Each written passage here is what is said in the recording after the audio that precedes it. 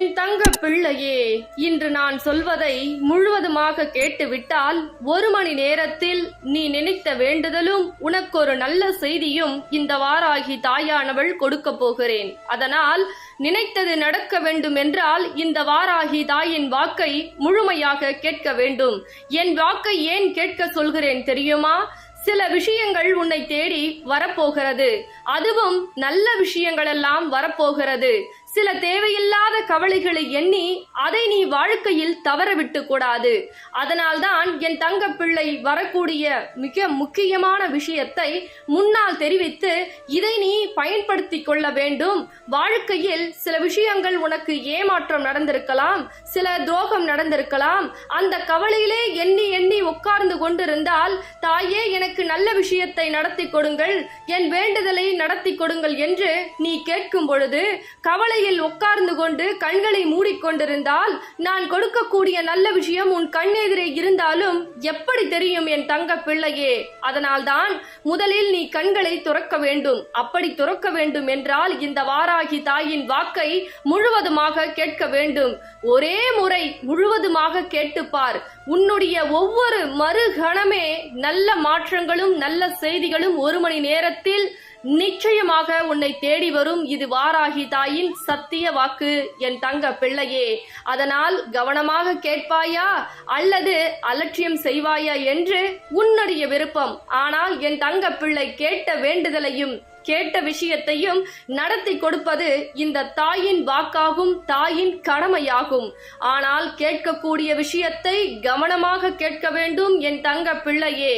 ஒவ்வொரு தருணத்திலும் இந்த அன்பை வைத்து என் தங்க பிள்ளையானது பல வேதனைக்கும் சோதனைக்கும் சில நபரிடம் சிக்கிக்கொண்டு தனிமையில் தவித்து வருகிறது. இந்த நபரெல்லாம் என் தங்க பிள்ளையின் வாழ்க்கையில் சில விஷயத்தை செய்கிறேன், பல விஷயத்தை உன் வாழ்க்கையில் மாற்றத்தை கொண்டு வருகிறேன் என்று என் தங்க பிள்ளைகளுக்கு வாக்களித்திருக்கிறார்கள். ஆனால் அந்த வாக்கினை வார்த்தையாக மாற்றி அப்படியே பொய்யாக உரைத்து என் தங்க பிள்ளையை ஏமாற்றி கொண்டிருக்கிறார்கள்.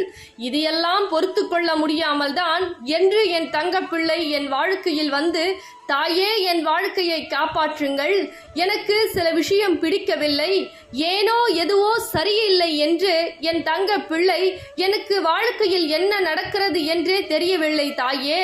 நல்லவர்கள் யார், கெட்டவர்கள் யார், இப்பொழுது நன்றாக பேசிய உறவு கூட அவர்கள் சரியில்லாமல் இருப்பது என்னுடைய காரணமா, என் மனநிலை சரியில்லையா, அல்லது அப்படி அவர்கள் ஏமாற்றி கொண்டிருக்கிறார்களா என்று பல விஷயத்தை என்னிடம் நீ பதிலாய் கேட்டாய். ஆம் என் தங்க பிள்ளையே, உன்னை நம்ப வைத்து துரோகம் செய்து ஏமாற்றி கொண்டிருப்பதனால்தான் அதை துச்சமென தூக்கி எறி தங்க பிள்ளையே.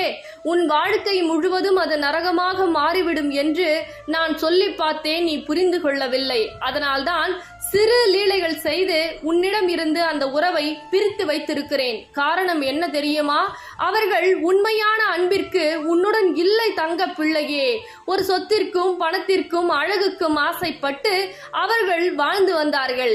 இப்பொழுது அது குறைய குறைய இதைவிட எவ்வளவு பெரியதாக இருக்கிறதோ அடுத்த கட்ட மனிதரை தேடி செல்லிருக்கிறார்கள். ஆனால் இது என் தங்க பிள்ளைக்கு புரியாமல், தாயே என்னுடைய நல்ல உறவு என்னை விட்டு பிரிந்து விட்டது, என்னை அன்பாக பார்த்து கொண்டார்கள், அரவணைப்பாக பேசினார்கள், எனக்கு ஏமாற்றத்தை கொடுக்கவில்லை, ஆனால் ஒரு சில நபர்களால் என் உறவானது முழுமையாக மாறிவிட்டது என்று நீ நினைத்து கொண்டிருக்கிறாய். இந்த தாயிடம் தன்னுடைய வேண்டுதலை சொல்லி அழுது கொண்டிருக்கிறாய். ஆனால் என் தங்க பிள்ளையே, அங்கு நடந்தது பல விஷயங்கள். உனக்கு தெரிந்ததோ கடுகளு விஷயம் கூட கிடையாது. இந்த தாய் உன் வாழ்க்கையில் நான் வந்து ஒரு காரியத்தை செய்கிறேன் என்றால் அது நிச்சயமாக மிகப்பெரிய மாற்றம் இருக்கக்கூடும் என்பதை நீ புரிந்து கொள்ள வேண்டும்.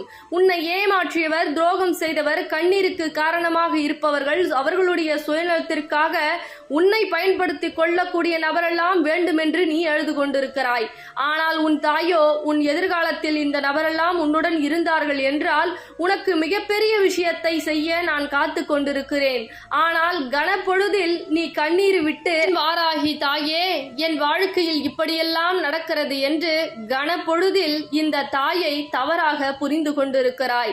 நான் நினைத்தது நடக்கவில்லை, நான் கேட்டது கிடைக்கவில்லை, ஒவ்வொரு தருணமும் எனக்கு ஏமாற்றம்தான் ஏற்படுகிறது.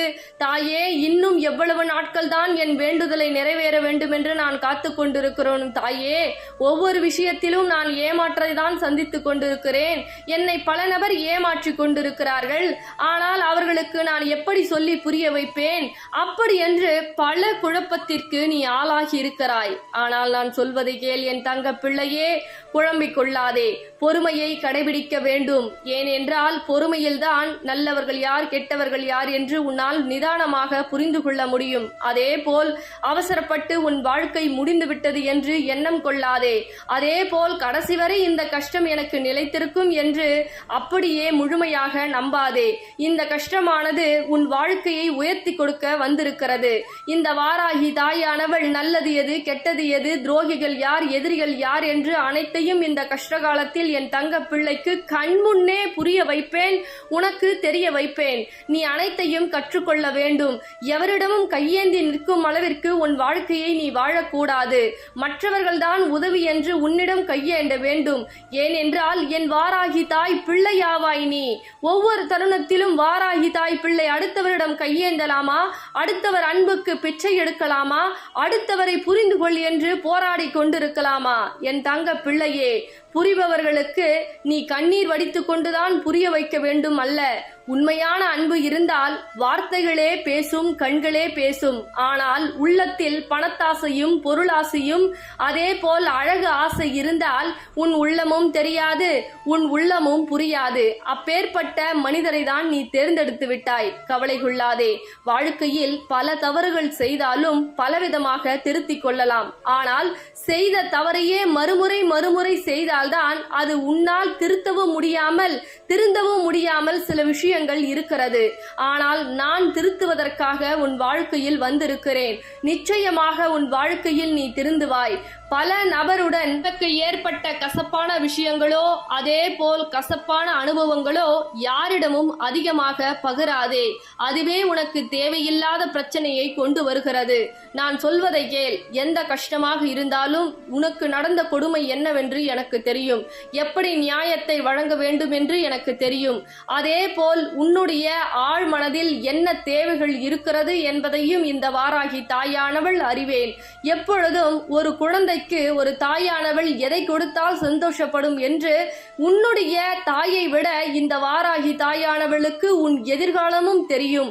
அப்படி தெரிந்து நான் அனைத்தையும் உனக்கு செய்து கொடுக்கிறேன். என் மீது நம்பிக்கை கொள், தைரியமாக இரு, பொறுமையாக இரு என்று சொல்கிறேன். எழுந்து வா என் தங்க பிள்ளையே.